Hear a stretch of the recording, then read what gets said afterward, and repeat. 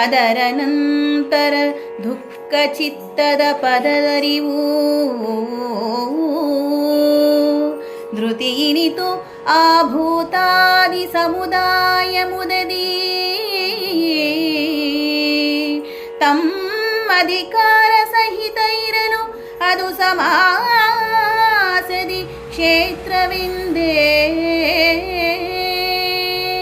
ವಿದುಗಳಿಂ ಹೇಳಿಸಿಕೊಡುತ್ತಲಿಹುದು ಎಂದನ ಸುರಾರಿ.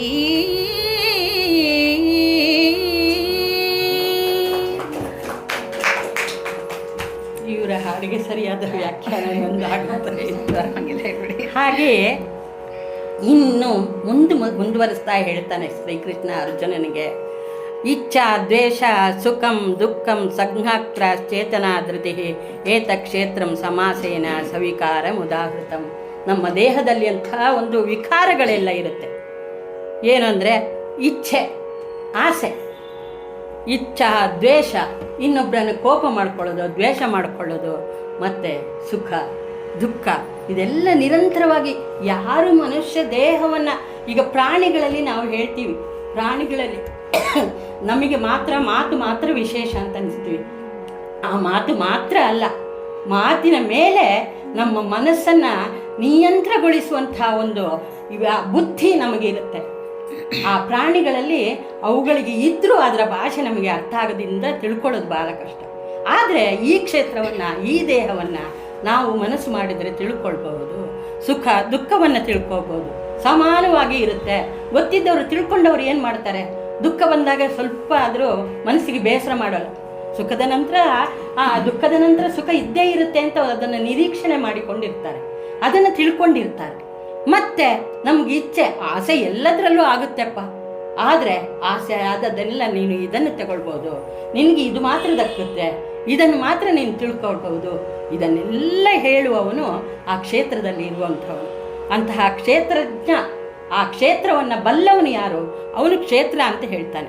ಆ ಕ್ಷೇತ್ರಜ್ಞ ಬೇರೆ, ಕ್ಷೇತ್ರ ಬೇರೆ ಅಂತ ಆಗುತ್ತೆ. ಆವಾಗ ಇನ್ನು ಮುಂದೆ ಅರಿಸ್ಕೊಂಡು ಅವನು ಏನು ಆ ದೇಹದಲ್ಲಿ ಏನೆಲ್ಲ ಇದೆ, ಏನೇನು ಗುಣಗಳಿದೆ, ಏನೇನೋ ಮಾಡಬಹುದು, ಅದನ್ನು ನಾವು ಯಾವ ರೀತಿ ನೋಡ್ಕೊಳ್ಬಹುದು ಅಂತ ಇನ್ನು ಮುಂದುವರಿಸಿ ಹೇಳ್ತಾರೆ. ಮಾನವಿಲ್ಲದೆ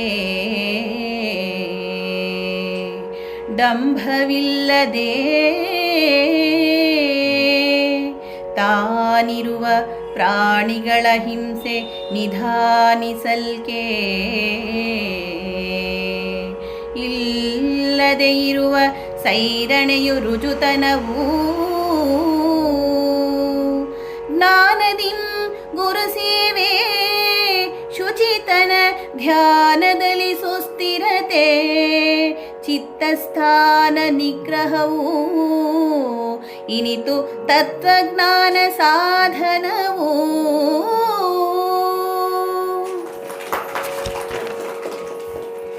ಏನೆಲ್ಲ ಇರಬೇಕು, ನಾವು ಅದನ್ನು ಸಾಧನೆ ಮಾಡಲಿಕ್ಕೆ ನಮ್ಮಲ್ಲಿ ಎಂತಹ ಗುಣಗಳು ಇರಬೇಕು. ಅಮಾನಿತ್ವ ಅಂದರೆ ಮಾನ ಸನ್ಮಾನ, ಇದು ಯಾವುದನ್ನು ನಾವು ನಿರೀಕ್ಷೆ ಮಾಡಬಾರ್ದು.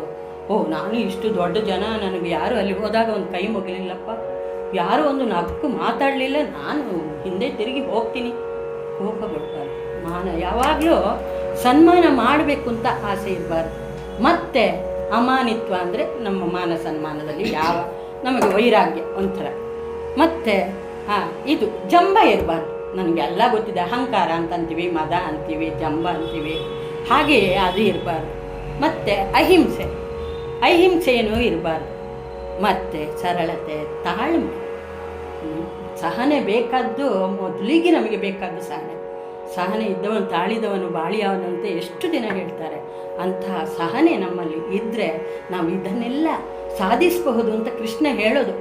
ನೀನು ಕ್ಷೇತ್ರಜ್ಞಯಾಗಿ ಹೇಗೆ ಆಗಬೇಕು, ಇದೆಲ್ಲ ನಿನ್ನಲ್ಲಿ ಇರಬೇಕು. ಹೀಗಿದ್ದರೆ ನೀನು ಜ್ಞಾನಿ ಆಗಬಹುದು. ಜ್ಞಾನವನ್ನು ತಿಳ್ಕೊಂಡವನು ಜ್ಞೇಯ ಆಗುತ್ತಲ್ವ. ಹಾಗೆ ಯಾವುದೆಲ್ಲ ಇದ್ದರೆ ನಾವು ಅದನ್ನು ಯಶಸ್ಸು ಪಡಿಬಹುದು. ಹಾಗೆಯೇ ಆದರ್ಶ ಆರ್ಜವ, ಸುಮ್ಮನೆ ಅದು ಏನೋ ಬೇಡದಕ್ಕೆಲ್ಲ ತಲೆ ಕೆಡಿಸ್ಕೊಳ್ಳೋದು, ಹಾಗೆಲ್ಲ ಮಾಡಬಾರ್ದು. ಆಚಾರ್ಯ ಗುರುವಿನ ಗುಲಾಮನಾಗುವ ತನಕ ದೊರೆಯದಣ್ಣ ಮಗುವಿಂದ. ಗುರು ಕರುಣವಾಹೋದು ಪರಮ ದುರ್ಲಭವಯ್ಯ. ಪರಿವೃತಗಳಾಚರಿಸಿ ಫಲವೇನು? ಗುರು ಕರುಣ ಒಂದಿಲ್ಲದೆ ಗತಿಗೆ ಬೇರುಂಟೆ. ಶರೀರದ ಮಿತ್ರ ಕಳತ್ರ ಬಾಂಧವರು ನೆಲೆಸಲಿಸುವರೆ ಸದ್ಗತಿಗೆ ಸಾಧನವ. ನಿರುತದಿ ಗುರುಪಾದ ನಿಜವಾಗಿ ಮನದಲ್ಲಿ ಅರಿತು ಭಜಿಸಲೋ. ಸಕಲ ಸಂಪದವಿತ್ತು ಪರಿಪಾಲಿಸುವ ನಮ್ಮ ಪುರಂದರ ವಿಠಲ. ಸಕಲ ಸಂಪದವಿತ್ತು ಪರಿಪಾಲಿಸುವ ನಮ್ಮ ಪುರಂದರ ವಿಠಲ. ಗುರುವಿನ ಕರುಣೆ ಸಿಕ್ಕಿದ್ರೆ ನಮಗೆ ಯಾವಾಗಲೂ ನಮ್ಮ ಹೇಮಾವತಿ ಮೇಡಮ್ನ ಕರುಣೆಯಿಂದಲೇ ನಾವು ಇವತ್ತು ಈ ಜಾಗದಲ್ಲಿ ಕೊಟ್ಟಿದ್ದು. ಅವರ ಪೂರ್ಣ ಆಶೀರ್ವಾದ ಇದೆ ಅಂತ ನಾವು ಇದರಲ್ಲಿ ನಾವು ತಿಳ್ಕೊಬೋದು. ಹಾಗೆಯೇ ಆ ಗುರುವಿನ ಕರುಣೆ ಇರಬೇಕಂತೆ. ಅಂತಹ ಶ್ರೀಕೃಷ್ಣ ಪರಮಾತ್ಮ, ಬ್ರಹ್ಮಣ್ಯಾಚಾರ್ಯರು ಹೇಳ್ತಾರೆ, ಶ್ರೀಕೃಷ್ಣ ಪರಮಾತ್ಮ 14 ವರ್ಷ ಆಗಿದೆ, ಶಾಲೆಗೆ ಹೋಗಲಿಲ್ಲ, ಸುಮ್ಮನೆ ಹಸುಗಳನ್ನು ಮೇಲಿಸ್ತಾ ಆ ಹೆಂಗಸರು ಹುಡುಗಿರ ಹತ್ರ ಎಲ್ಲ ಆಡಿಕೊಂಡು ಅವನು ಮತ್ತೆ ಕಂಸನನ್ನು ಕೊಲ್ತಾನಲ್ಲ. ಕೊಂದಾಗ ಅವನಿಗೆ ರಾಜಕಾರಣ ಅಂದರೆ ಏನು, ಮನುಷ್ಯನಾದ್ಮೇಲೆ ಏನು ಮಾಡಬೇಕು, ಅವನು ಕೃಷ್ಣ ಹೇಳ್ತಾನಂತೆ, ನಾನು ಹೇಳಿದ ಹಾಗೆ ನೀವು ಮಾಡಿ, ನಾನು ನಡೆದ ಹಾಗೆ ಮಾಡಬೇಡಿ. ರಾಮ ಹೇಳ್ತಾನಂತೆ, ನಾನು ನಡೆದ ಹಾಗೆ ನೀವು ನಡಿ, ರಾಮ ನಡೆದ ಹಾಗೆ ನಡಿಬೇಕು, ಕೃಷ್ಣ ನುಡಿದ ಹಾಗೆ ನಾವು ನಡಿಬೇಕು ಅಂತ ಹೇಳ್ತಾರೆ. ಹಾಗೆಯೇ ಅವನು 14 ವರ್ಷ ಆದಮೇಲೆ ಅವನಿಗೆ ಮುಂಜಿ ಮಾಡಿದ್ದು, ಗಾರ್ಗ್ಯರ ಜೊತೆ ಮುಂಜಿ ಮಾಡಿ ಆಮೇಲೆ ಅವನು ಸಾಂದೀಪಿನಿ ಋಷಿಗಳ ಇದು ಆಶ್ರಮಕ್ಕೆ ಹೋಗಿ 64 ದಿವಸದಲ್ಲಿ 64 ವಿದ್ಯೆ ಕಲ್ತಂತೆ. ಆಯ್ತಪ್ಪ, ನಿಮಗೆ ಕಲಿಸೋದೆಲ್ಲ ಆಯಿತು, ಆದರೂ ನನಗೆಲ್ಲ ಗೊತ್ತಿದೆ. ಅವನು ಈಗ ಹೇಳ್ತಾನಲ್ಲ, ನಾನೇ ಗುರು, ನನಗೆ ಎಲ್ಲ ಗೊತ್ತಿದೆ, ಕ್ಷೇತ್ರಜ್ಞ ನಾನು, ಆದರೆ ಗುರುಗಳ ಹತ್ರ ಹೋಗೋದಿಲ್ಲ, ನನಗೆಲ್ಲ ಬರ್ತದೆ ಅಂತ ಅವನು ಹೇಳಿಲ್ಲ. ಗುರುಗಳ ಕರುಣೆ ಇದರಿಂದ ಅವನ ಅತೀಂದ್ರಿಯ ಶಕ್ತಿಯನ್ನು ತೋರಿಸ್ಲಿಕ್ಕಾಯಿತು. ಕೊನೆಗೆ ಎಲ್ಲ ಆದಮೇಲೆ ಗುರುಗಳಲ್ಲಿ ಕೇಳ್ತಾನಂತೆ, ಗುರುದಕ್ಷಿಣೆ ಕೊಡಬೇಕಲ್ಲ ನಿಮಗೆ, ನಾನೇನು ಮಾಡಲಿ ಅಂತ ಕೇಳಿದರೆ, ನನಗೇನು ಬೇಡಪ್ಪ, ನೀನು 64 ದಿವಸದಲ್ಲಿ 64 ವಿದ್ಯೆ ಕಲ್ತಿದ್ದಿಲ್ಲ, ನಿನಗೆ ಒಂದು ನಾನು ಕಲಿಸಿದ್ದೀನಲ್ಲ, ಅದೇ ನನಗೆ ದೊಡ್ಡ ಗುರುದಕ್ಷಿಣೆ. ಆದರೆ ನನ್ನ ಹೆಂಡತಿ ಏನೋ ಕೊರಗಿನಲ್ಲಿದ್ದಾಳೆ, ಅವಳನ್ನು ಸ್ವಲ್ಪ ಕೇಳಿ ಹೋಗು ಅಂತ ಹೇಳ್ತಾನೆ. ಆವಾಗ ಆ ಗುರು ಪತ್ನಿಯಲ್ಲಿ ಕೇಳ್ತಾನಂತೆ, ಅಮ್ಮ, ಗುರುಗಳು ಹೀಗೆ ಹೇಳಿದರು, ನಿಮಗೆ ಏನು ಬೇಕು, ನೀವು ಯಾವುದೋ ಒಂದು ಕೊರಗಲ್ಲಿದ್ದಾರೆ ಅಂತ ಹೇಳಿದ್ರೆ, ಆವಾಗ ಅವರು ಹೇಳ್ತಾರಂತೆ, ಸೌರಾಷ್ಟ್ರದಲ್ಲೇ ನನ್ನ ಮಗ ಒಂದು ಸರ್ತಿ ಆ ಸಮುದ್ರದ ಹತ್ತಿರ ಹೋಗುವಾಗ, ಆ ಸಮುದ್ರದ ಹತ್ತಿರ ಒಬ್ಬ ಸಮುದ್ರದಲ್ಲಿ ಪಾಂಚಜನ ಅಂತ ಒಬ್ಬ ಇದ್ದ, ಶಂಕಾಸುರ ಅಂತ ಅನ್ನೋನು, ಅವನು ನನ್ನ ಮಗನನ್ನು ಕರ್ಕೊಂಡು ಹೋಗಿದ್ದಾನೆ. ಆ ಮಗನನ್ನು ನನಗೆ ನೋಡಬೇಕು, ಜೀವಂತವಾಗಿ ನೋಡಬೇಕು ಅಂತ ಆಸೆ ಅಮ್ಮ, ನನಗೆ ಇರೋದು ಒಬ್ಬನೇ ಮಗ, ಅಂಥ ಮಗ ಇವತ್ತು ಇಲ್ಲ, ಅವನನ್ನು ತಂದು ಕೊಡ್ತೀಯ ನನಗೆ, ಅದೇ ನೀನು ಗುರುದಕ್ಷಿಣೆ ಅಂತ ಹೇಳ್ತಾ ಇದ್ದರೆ, ಅಲ್ಲಿಗೆ ಹೋಗಿ ಸಮುದ್ರದಲ್ಲಿ ಆ ರಾಕ್ಷಸನನ್ನು ಕರೀತಾನಂತೆ. ಆ ರಾಕ್ಷಸನನ್ನು ಕರೆಯುವ ಕೂಗಿಗೆ ಅವನು ಹೆದರಿ ಆ ಆಸುರ ಬಂದು ಹೇಳ್ತಾನಂತೆ, ಅಯ್ಯ, ನನ್ನಲ್ಲಿಲ್ಲ ಆ ಮಗು, ಅದನ್ನು ಇದರಲ್ಲಿ ಸಂಯಮನೀಪುರಕ್ಕೆ ಯಮರಾಜ ಕರ್ಕೊಂಡು ಹೋಗಿದ್ದಾನೆ, ಅವನಲ್ಲಿ ಬೇಕಾದರೆ ಕೇಳು, ನನ್ನಲ್ಲಿ ಇಲ್ಲ ಅಂತ ಹೇಳ್ತಾನೆ.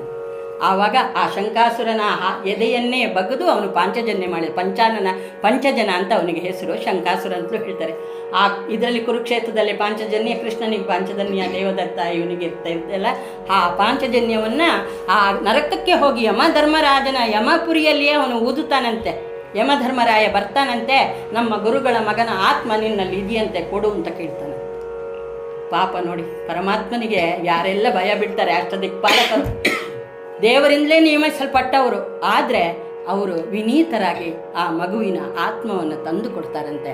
ಅದನ್ನು ಗುರುಗಳಿಗೆ ಕರ್ಕೊಂಡು ಬಂದು ಗುರುವಿನ ಹೆಂಡತಿಗೆ ಕೊಟ್ಟು ತನ್ನ ಗುರುವಿನ ಋಣವನ್ನು ತೀರಿಸಿದ್ದಾನೆ. ಆಚಾರ್ಯರನ್ನು ನಾವು ನೋಡ್ತೀವಿ, ಅರ್ಜುನನೂ ಅಷ್ಟೇ ನೋಡಿ. ಒಂದು ಸರ್ತಿ ಇದರಲ್ಲಿ ಕೆರೆಯಲ್ಲಿ ಕಲ್ಯಾಣಿಯಲ್ಲಿ ನದಿಯೆಲ್ಲ ಸ್ನಾನ ಮಾಡ್ತಾ ಇರುವಾಗ, ಯಮುನೆಯೆಲ್ಲ ಏನೋ ಅವರ ಕಾಲು ಮೊಸಳಿಗೆ ಸಿಕ್ಕಾಕೊಂಡಿರ್ತಂತೆ.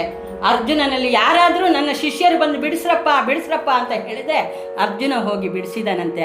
ಅದಕ್ಕೋಸ್ಕರ ನಿನ್ನನ್ನು ಅರ್ಜುನ ಏವ ಧನುರ್ಧರ ಅಂತ ಹೇಳ್ತಾರಂತೆ.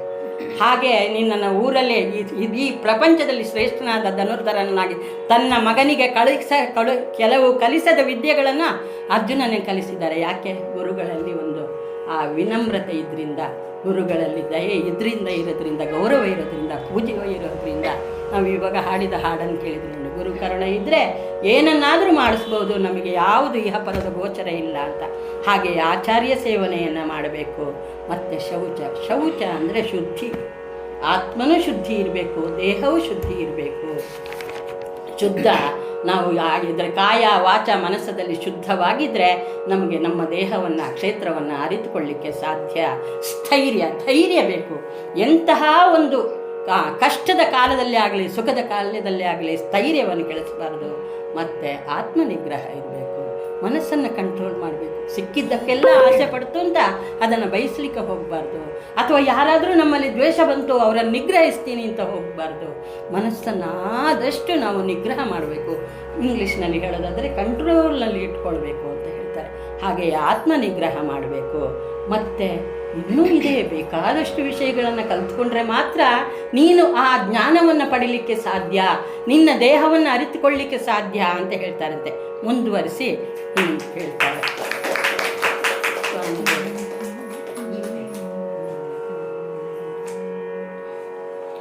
ಉರವಣಿಪ ಶಬ್ದಾದಿ ವಿಷಯದ ನಿರವಿಯಲಿ ವೈರಾಗ್ಯ ತೋರುವ ಶರೀರದಲ್ಲಿ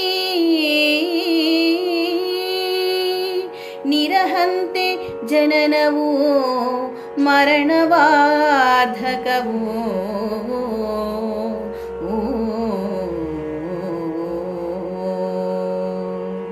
ಹುರುಡುಗೆಡಿಸುವ ವ್ಯಾಧಿ ದುಃಖದ ನಿರವಿ ಮೊದಲಹ ದೋಷ ದರ್ಶನ ವಿರತಿ ತತ್ವಜ್ಞಾನ ಸಾಧನವಿಂದನು ಅಸುರಾರಿ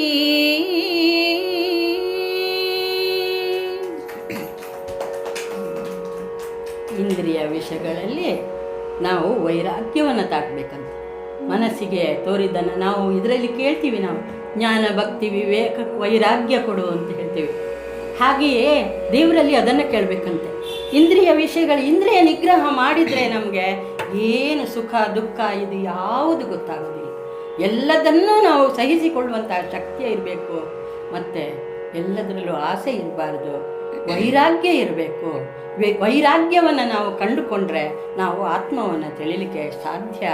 ಮತ್ತು ನಮ್ಮಲ್ಲಿರುವಂಥ ಅಹಂಕಾರ ಇದೆಯಲ್ಲ, ಮದ ಗರ್ವ, ನಾನೇ ಶ್ರೇಷ್ಠ, ನನಗೆ ಶಕ್ತಿ ಇದೆ, ನನಗೆ ಅದಿದೆ. ಈ ದುರ್ಯೋಧನ ಮಾಡ್ತಾನಲ್ಲ ಮಹಾಭಾರತದಲ್ಲಿ, ಎಷ್ಟೊಂದು ಮಾಡ್ತಾನೆ ಅಂತ ಹೇಳಿದರೆ ಯಾರು ಏನು ಮಾಡಿದರೂ ಕೇಳಲ್ಲ.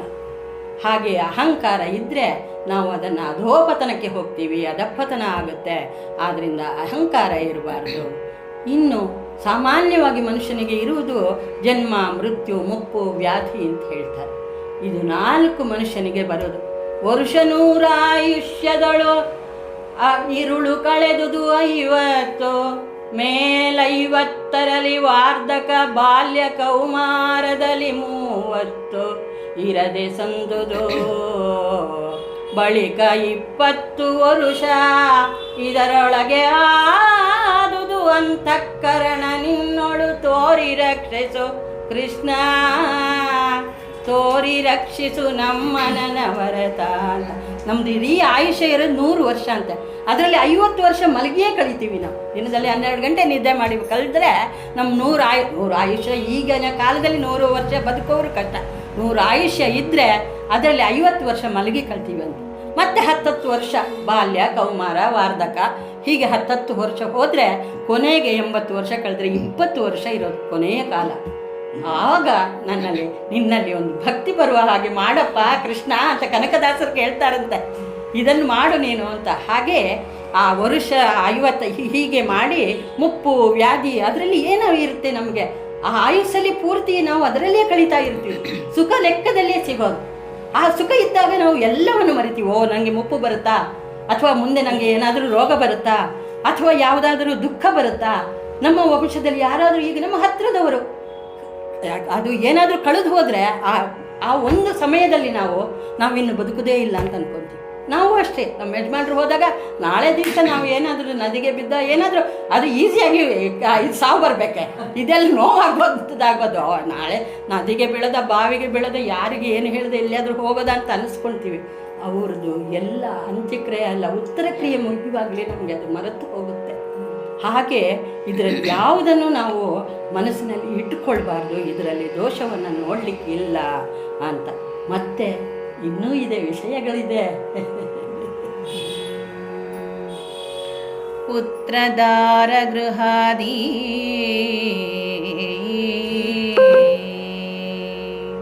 ವಿವಿಧ ವಿಚಿತ್ರ ವಿಷಯಗಳಲ್ಲಿ ತೋರ್ಪ ಗುಣತ್ರಯದಲ್ಲಿ ಉದಯಿಸುವ ಸ್ಪೃಹೆಯ ಶಕ್ತಿ ಎಳೆದಿರಲು ನಿತ್ಯಂ ಇಷ್ಟಾನಿಷ್ಟದ ಉಭಯೋತ್ಪತ್ತಿಯಲಿ ಸಮಚಿತ್ತನಾಗಿಹುದು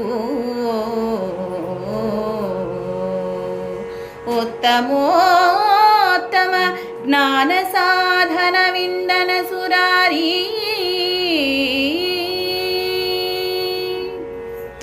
ಹೀಗೆ ಯಾವುದರಲ್ಲೂ ನಾವು ಆಸಕ್ತಿಯನ್ನು ಇಡಬಾರ್ದು ಅಂತ ಹೇಳ್ತಾರೆ.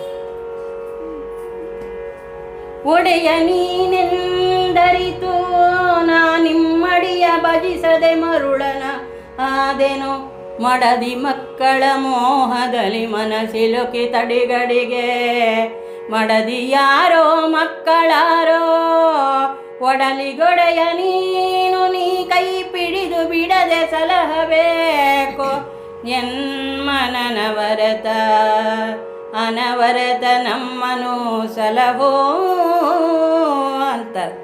ಹಾಗೆ ಹೆಂಡತಿ ಮನೆ ಮಕ್ಕಳು ಮನೆ ವಾರ್ತೆ ಅಂತ ಹೇಳಿ ಸುಮ್ಮನೆ ನಮ್ಮ ಆಯುಷ್ಯವನ್ನು ಕಳಿಸ್ತೀವಿ ಅಂತೆ. ಇದರಲ್ಲಿ ಯಾವುದರಲ್ಲೂ ನಮಗೆ ಆಸಕ್ತಿ ಇಲ್ಲ. ತುಂಬ ಆಸಕ್ತಿ ಪಟ್ಟರೆ ನಮಗೆ ಜ್ಞಾನವನ್ನು ಸಂಪಾದನೆ ಮಾಡಲಿಕ್ಕೆ ಸಾಧ್ಯ ಇಲ್ಲ. ಮತ್ತು ಯಾವುದರಲ್ಲೂ ತನ್ಮಯತೆ ಇಲ್ಲದಿರೋದು. ಯಾವ ಕೆಲಸ ಮಾಡಬೇಕಾದ್ರೂ ಅದರಲ್ಲಿ ನಾವು ತನ್ಮಯರಾಗಬೇಕು. ಒಂದು ವಿಷಯವನ್ನು ಓದುವಾಗಲೋ ಅಥವಾ ಒಂದು ವಿಷಯವನ್ನು ಮಾಡುವಾಗಲೋ ಅದರಲ್ಲಿ ಮನಸ್ಸಿಟ್ಟು ಮಾಡಿದ್ರೆ ಅದು ಖಂಡಿತ ಗುರಿ ಸೇರಲಿಕ್ಕೆ ಸಾಧ್ಯವಾಗುತ್ತೆ. ಅಯ್ಯೋ ಯಾರೋ ಹೇಳಿದರೆ ಏನಾದರೂ ಮಾಡೋಣ, ಅಯ್ಯೋ ಗೀತೋಪದೇಶ ಅಲ್ವಾ, ಅದರಲ್ಲಿ ಅವರು ಪದ್ಯ ಹೇಳ್ತಾರೆ, ಅದರಲ್ಲಿ ಅರ್ಥ ಇದ್ದದನ್ನು ನಾವು ಓದೋಣ ಅಂತಂದರೆ ಆಗಲ್ಲ. ಇದರಲ್ಲಿ ಏನಾದರೂ ಬೇರೆ ಇದೆಯಾ, ಇದನ್ನು ನೋಡೋಣ, ಇನ್ನು ಯಾರಾದರೂ ವಿಶೇಷವಾಗಿ ಬಂದಿದ್ದಾರಾ, ಏನಾದರೂ ಹುಡುಕೋಣ ಅಂತ ಹೇಳಿಕೊಂಡು ಹಾಗೆಲ್ಲ ಅದರಲ್ಲೇ ನಾವು ಮುಂದುವರೆದ್ರೆ ಆವಾಗ ನಮಗೆ ಜ್ಞಾನ ಸಿಗುತ್ತೆ, ಕ್ಷೇತ್ರವನ್ನು ತಿಳಿಯಲಿಕ್ಕೆ ಆಗುತ್ತೆ. ಮತ್ತು ನಮ್ಮ ಇಷ್ಟ ಆಸೆ ನೆರವೇರಿದಾಗ ತುಂಬ ಸಂತೋಷ ಆಗೋದು, ಅದು ನೆರವೇರದೇ ಇದ್ದಾಗ ತುಂಬ ದುಃಖ ಆಗೋದು. ಹಾಗೆ ಇರಬಾರ್ದಂತೆ. ಯಾವಾಗಲೂ ಸಮಚಿತ್ತವಿರಬೇಕು. ಮನಸ್ಸನ್ನು ನಾವು ಸಮಚಿತ್ತದಲ್ಲಿ ಇಟ್ಕೊಳ್ಬೇಕು. ಸುಖ ದುಃಖ ಯಾವುದಾದ್ರೂ ಬರಲಿ, ಬೇಕಾದಷ್ಟು ಸಿಕ್ಕಿದಾಗ ತುಂಬ ಸಂತೋಷ ಪಡೋದು, ಯಾವುದೋ ಒಂದು ಕಳೆದು ಹೋದಾಗ ಇದ್ದು ಬದ್ದವರನ್ನೆಲ್ಲ ಬೈದು ಬಿಡೋದು. ಅಯ್ಯೋ ದೇವ, ನಾನು ದೇವರನ್ನು ನಾನೇ ಮಾಡಿದ್ದೀನಿ. 1 ವರ್ಷ ಲಕ್ಷ್ಮೀ ಶೋಭಾನೆ ಓದಲಿಲ್ಲ. ಓದೋದು ಇಷ್ಟು ಲಕ್ಷ್ಮೀ ಶೋಭಾನ ಓದಿ ನಮಗೇನಾಯಿತು, ಅದರಲ್ಲಿ ಏನು ಹೇಳ್ತಾರೆ, ಎಷ್ಟು ಚೆನ್ನಾಗಿ ಹೇಳ್ತಾರೆ, ಅದಾಗುತ್ತೆ ಇದಾಗುತ್ತೆ, ಯಾವುದಾದ್ರೂ ಎಲ್ಲವನ್ನೂ ಓದುವಾಗಲೂ ಇಂಥ ನಿಮಗೆ ಫಲ ಬರುತ್ತೆ ಅಂತ ಹೇಳ್ತಾರೆ. ಅಲ್ಲ, ನಾವು ಎಷ್ಟು ಮನಸ್ಸಿಟ್ಟು ಓದ್ತೀವ, ಆ ದೇವರು ಹಾಗೆ ಹೇಳಬೇಕು. ಇಲ್ದಿರ ಅಜಮೇಳ ಒಂದ್ಸತಿ ನಾರಾಯಣ ಅಂದರೆ ಅವನನ್ನು ಸ್ವರ್ಗಕ್ಕೆ ಕರ್ಕೊಂಡು ಹೋಗ್ತಾರೆ, ಅದು ಸಾಧ್ಯನೇ ಇಲ್ಲ. ನಾವು ಅಷ್ಟು ಮನಸ್ಸಿಟ್ಟು ಓದ್ತೀವ ಏನೋ, ಅದು ಏನು ಲೆಕ್ಕಕ್ಕೆ ಬರಲಿಲ್ಲ ಅಂತ. ನಂದು ಅದು ತಾಯಿ ಮನೆ ಧರ್ಮಸ್ಥಳ ಮಂಜುನಾಥನನ್ನು 1 ವರ್ಷ ನೋಡಲಿಲ್ಲ, 1 ವರ್ಷ ಲಕ್ಷ್ಮೀ ಶೋಭಾನೆ ಆಗಲಿಲ್ಲ. ಕೊನೆಗೆ ಏನು ಬಂದರೂ ನಮಗೆ ಬಂದಾಯಿತು, ನಮ್ಗೆ ಇದಕ್ಕೆ ಯಜಮಾನರಿಗೆ ಬಂದಾಯಿತು, ಮಕ್ಕಳಿಗೆ ಏನಾಗಬಾರ್ದಲ್ಲ ಅಂತ ಒಂದು ಸಮಾಧಾನ ಬರ್ತದೆ ನೋಡಿ. ಸಮಚಿತ್ತತೆ ಅಂದರೆ ಅದು. ಓ ದೇವ, ದುಃಖ ಬಂತು, ಅದನ್ನು ನಾವು ಇದು ಮಾಡಬಾರ್ದಪ್ಪ ಅಂತ ಹೇಳಿಬಿಟ್ಟು ಸಮಚಿತ್ತದಲ್ಲಿ ಇದ್ದರೆ ನಮಗೆ ಯಶಸ್ಸು ಸಾಧಿಸೋದಕ್ಕೆ ಸಾಧ್ಯ ಅಂತ ಹೇಳ್ತಾರೆ. ಹಾಗೆ ಮತ್ತೆ ಕೃಷ್ಣ ಹೇಳ್ತಾನಂತೆ, ಎಷ್ಟು ಮಾತ್ರ ಸಾಲದು, ನನ್ನಲ್ಲಿ ನೀನೇನು ಮಾಡಬೇಕು ಅಂತ ಹೇಳ್ತೀನಿ ಅಂತ ಹೇಳ್ತಾನೆ. ಎನ್ನಲೇಕಾತ್ಮಕ